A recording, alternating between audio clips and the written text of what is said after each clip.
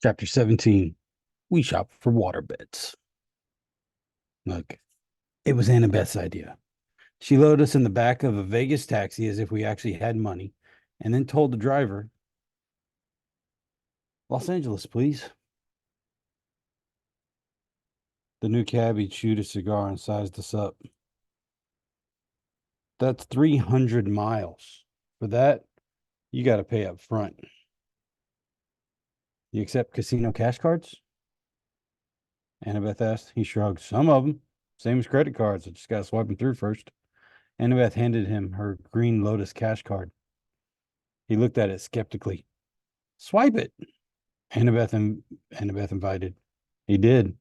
His meter and machine started rattling. The lights flashed, and finally, an infinity symbol came up on the next dollar sign. The cigar fell out of the driver's mouth. He looked back at us, and his eyes wide. Where to in Los Angeles? Your Highness? The Santa Monica Pier. Annabeth sat up a little bit straighter. You could tell she liked being called this Your Highness thing. Get us there fast, and you can keep the change. Maybe she shouldn't have told him that. The cab speedometer never dipped below 95 the whole way through the Mojave Desert. On the road, we had plenty of time to talk. I told Annabeth and Grover about my latest dream, but the details got sketchier the more I tried to remember them. The Lotus Casino seemed to have short-circuited my memory. I couldn't recall what the invisible servant's voice had sounded like, though I was sure that somebody I knew. The servant had called the monster in the pit something other than my lord, some special name or title. The silent one, Annabeth suggested. The rich one.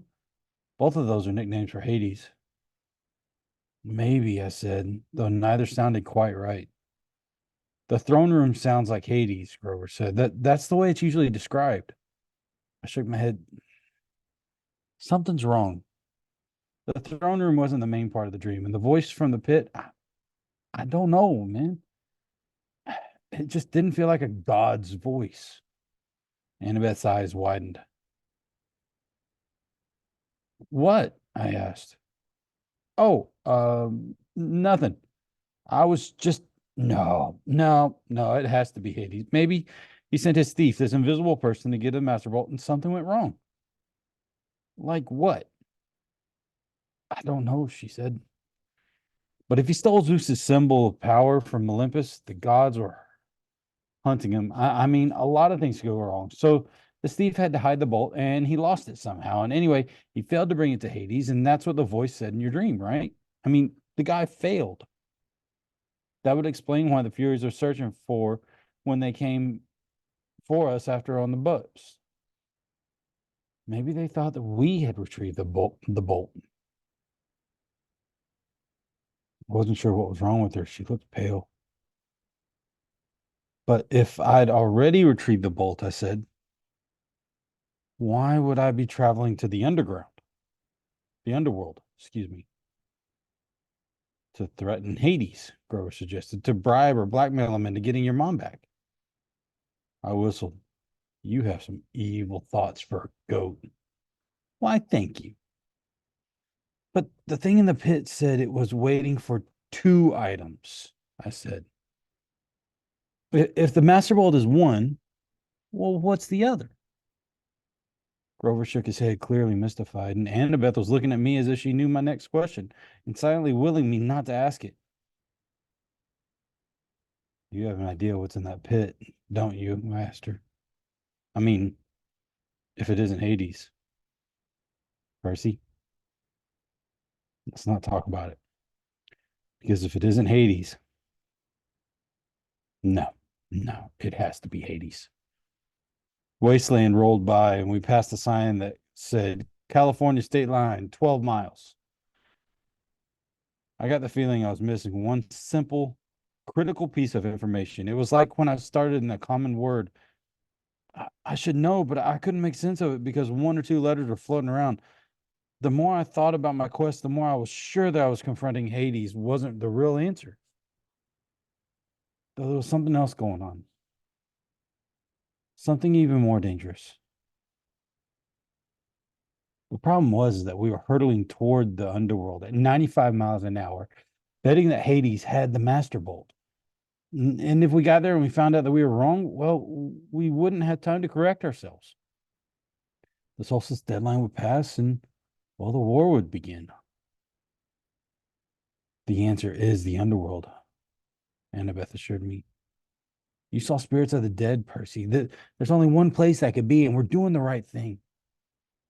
She tried to boost our morale by suggesting clever strategies for getting into the land of the dead, but my heart wasn't in it.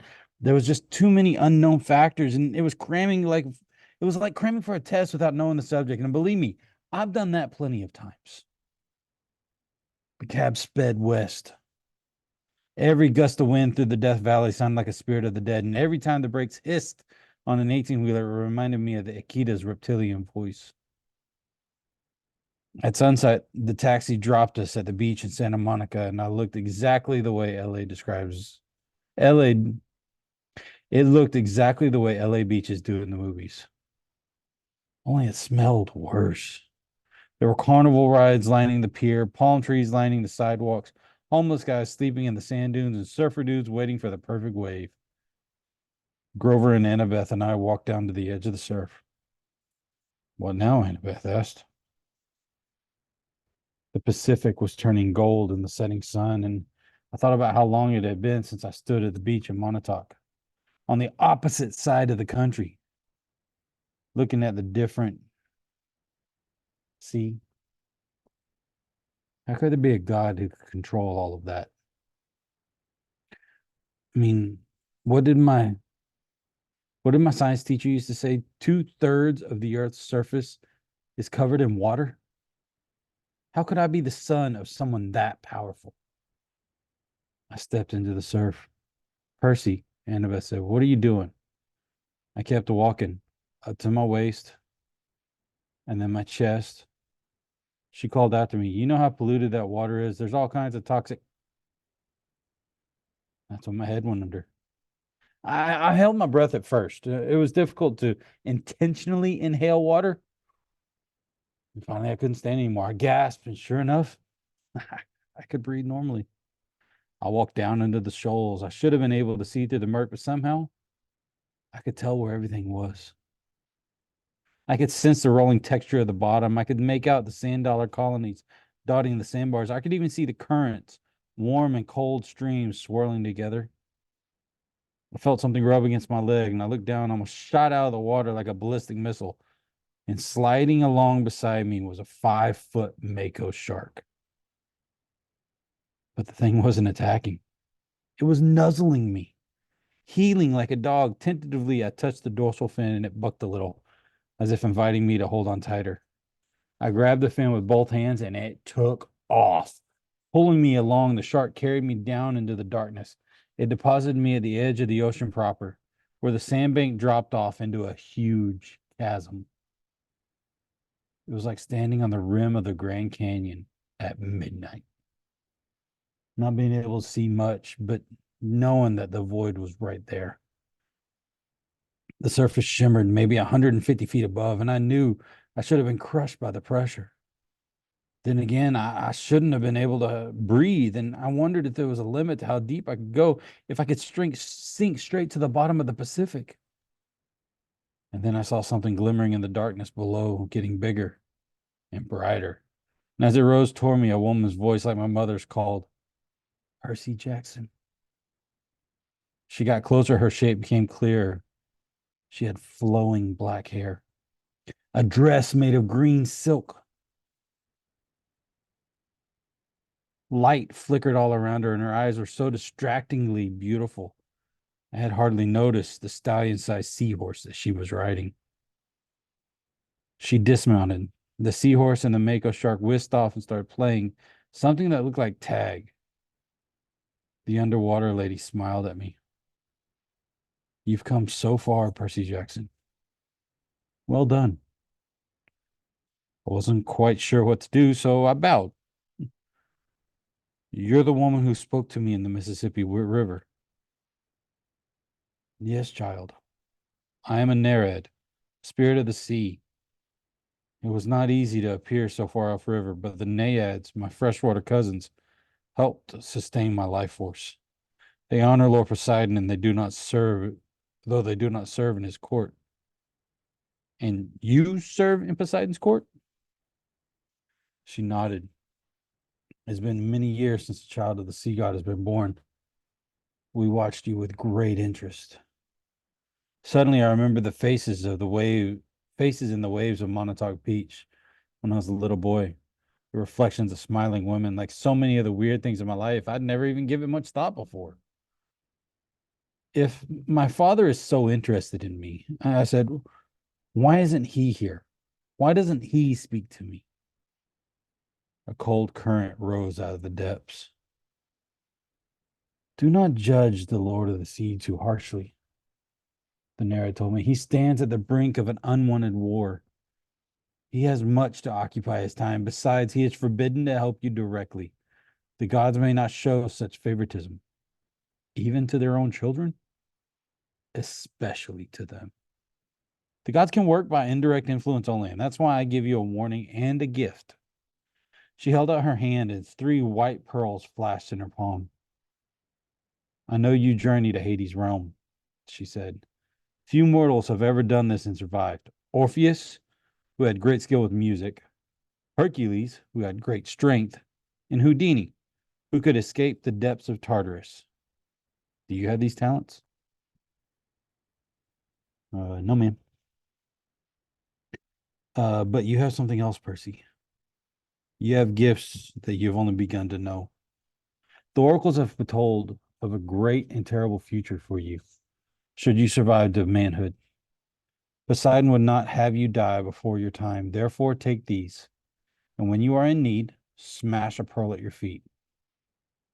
What will happen? That, she said, depends on the need. But remember, what belongs to the sea will always return to the sea. What about the warning? Her eyes flickered with green light. Go with what your heart tells you, or you will lose all. Hades feeds on doubt and hopelessness. He will trick you if he can, make you mistrust your own judgment, and once you are in his realm, he will never willingly let you leave. Keep faith. Good luck, Percy Jackson. She summoned her seahorse and rode toward the void. Wait, I called. At the river. You said not to trust the gifts. What gifts? Goodbye, young hero. She called back, her voice fading into the depths. You must listen to your heart. She became a speck of glowing green, and then she was gone. I wanted to follow her down to the darkness. I wanted to see the court of Poseidon, but I looked up at the sunset darkening the surface. My friends were waiting. We had so little time. I kicked upward toward the shore, and when I reached the beach, my clothes dried instantly. Told Grover and Annabeth what happened and showed them the pearls, and Annabeth grimaced. No gift comes without a price. They were free. No, she shook her head. There's no such thing as a free lunch. That's an ancient Greek saying that translates pretty well to American. There will be a price. You wait. On that happy thought, we turned our backs to the sea. With some spare change from Mary's backpack, we took a bus to West Hollywood. I showed the driver to the Underworld address slip I had taken from Annie M's Garden Gnome Emporium. He had never heard of DOA recording studios. You reminded me of somebody I saw on TV, he told me. You a child actor or something? Uh, I'm a stunt double for a lot of child actors. Yeah. All right, that explains it. We thanked him and got off quickly at the next stop. We wandered for a few miles on foot looking for DOA. Nobody seemed to know where it was. It didn't appear on the phone book, and twice we ducked into alleys to avoid cop cars. I froze in front of the appliance store window because the television was playing an interview with somebody who looked very familiar. My stepdad, Smelly Gabe. He was talking to Barbara Walters. I mean, as if he were some kind of huge celebrity. She was interviewing him in our apartment in the middle of a poker game. And there was a young blonde lady sitting next to him, patting his hand. A fake tear glistened on his cheek. He was saying, honest, Miss Walters, if it wasn't for Sugar here, my grief counselor, I'd be a wreck. My stepson took everything I cared about, my wife, My Camaro? I'm sorry. I have trouble talking about it. There you have it, America. Barbara Walters turned to the camera. A man torn apart. An adolescent boy with serious issues. Let me show you again the last known photo of this troubled young fugitive, taken a week ago in Denver. The screen cut to a grainy shot of me, Annabeth and Grover standing outside the Colorado diner, talking to Aries. Who are the other children in this photo? Barbara Walters asked dramatically. Who is the man with them? Is Percy Jackson a delinquent, a terrorist, or perhaps the brainwashed victim of a frightening new cult?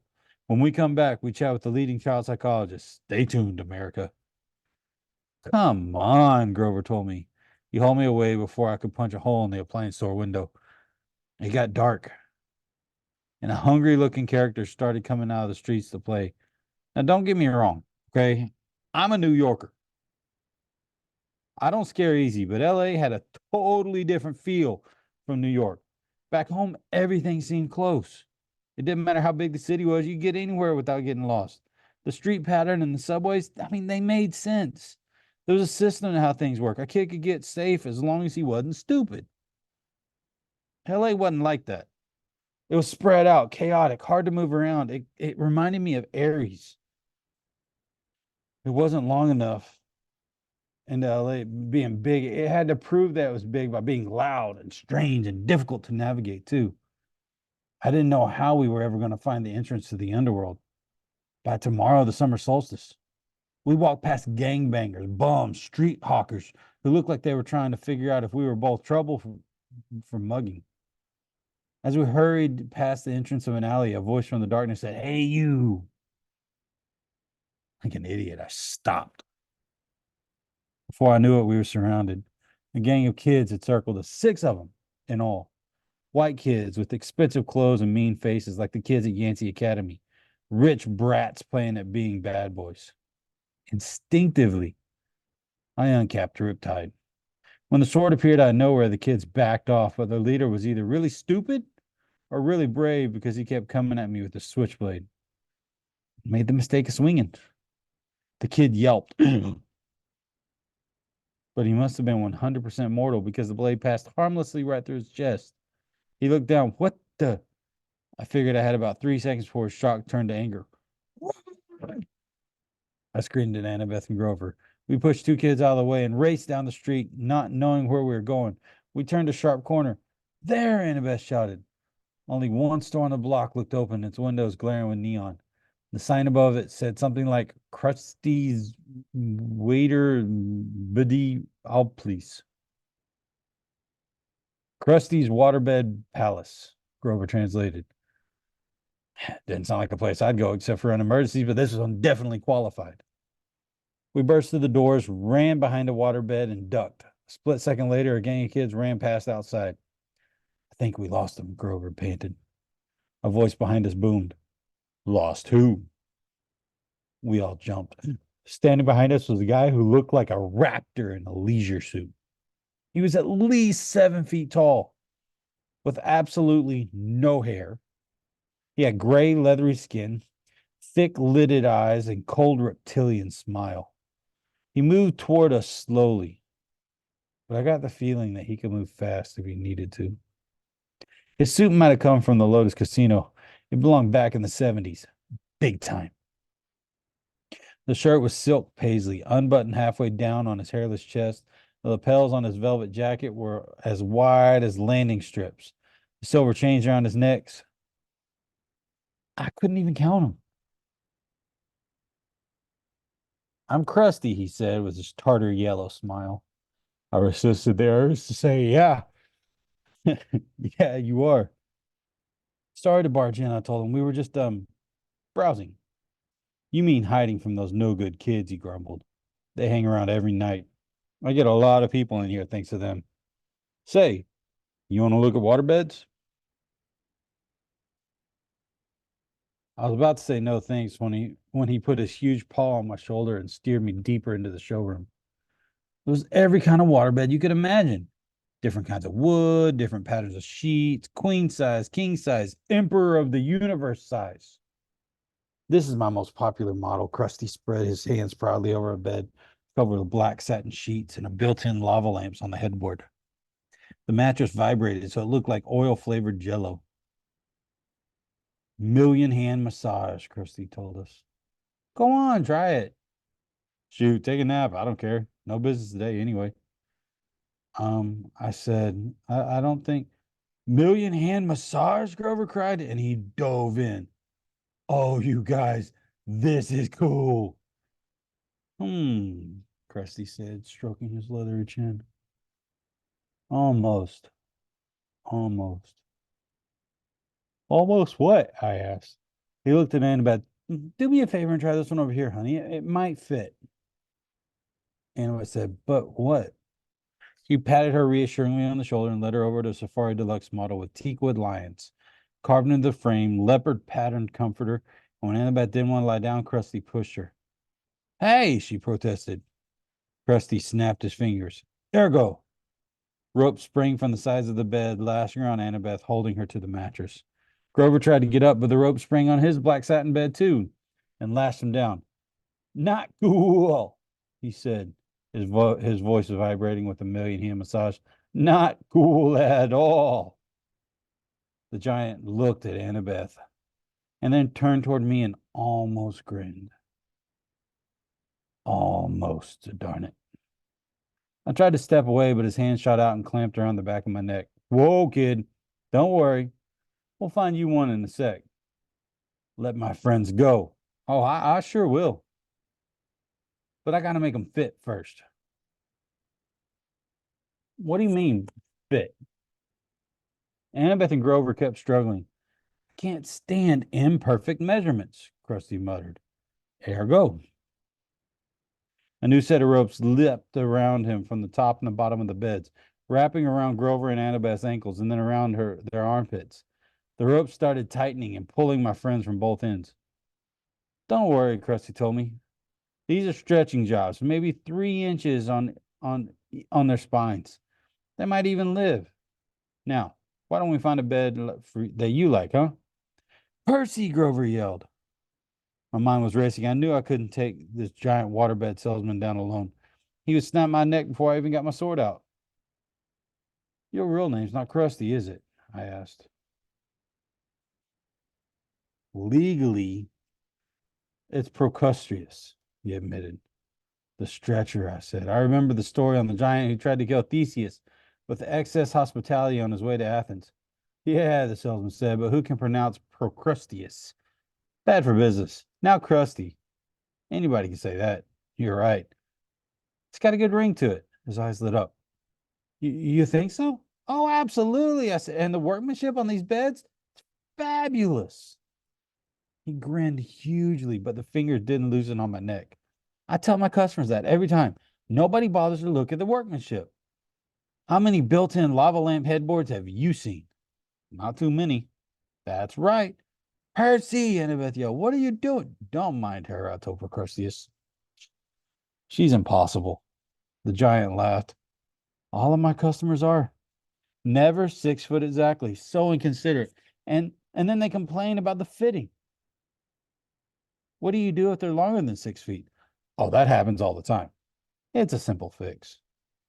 He let go of my neck before I could react. He reached behind the nearby sales desk and brought out a huge double-bladed brass axe. He said, I just cut the subject as best I can and lop off whatever hangs over the end. I said, swallowing hard. Sensible. I'm so glad I came across an intelligent customer.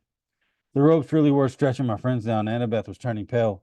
Grover made gurgling sounds like strangled goose. So, Krusty, I said, trying to keep my voice light. I glanced at the sales tag on the Valentine's-shaped honeymoon special. Does this one really have dynamic stabilizers and stop wave motion? Absolutely, try it out. Yeah, maybe I will, but would it work even for a big guy like you? No ways at all. Guaranteed. No way. Way. Show me. He sat down eagerly on the bed and patted the mattress. No way, see? I snapped my fingers. Ergo. Rope slashed around Krusty and flattened him against the mattress. Hey, he yelled. Center him just right, I said. The ropes readjusted themselves at my command. Krusty's whole head stuck out the top. His feet stuck out the bottom, too. No, he said, wait. This is just a demo. I uncapped Riptide. A few simple adjustments. I had no qualms with what I was about to do. If Krusty were human, it couldn't hurt him anyway. And if he was a monster, he deserved to turn to dust for a while. You drive a hard bargain, he told me. I'll give you 30% off the selected floor models. I think I'll start off the top. I raised my sword. No money down, no interest for 6 months. I swung the sword and Krusty stopped making offers. I cut the ropes off the beds and Annabeth and Grover got to the feet, groaning and wincing and cursing me a lot. You look taller, I said. Very funny, Annabeth said. Be faster next time. I looked at the bulletin board behind Krusty's sales desk. There was an advertisement for Hermes Delivery Service and another for the all-new condominium of LA area monsters.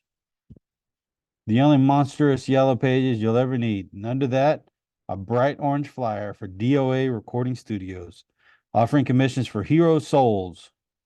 We're always looking for new talent. DOA's address was right underneath it with the map. Come on, I told my friends. Give us a minute, Grover complained. We were almost stretched to death. Then you're ready for the underworld, I said. It's only a block from here. See you at chapter 18, guys.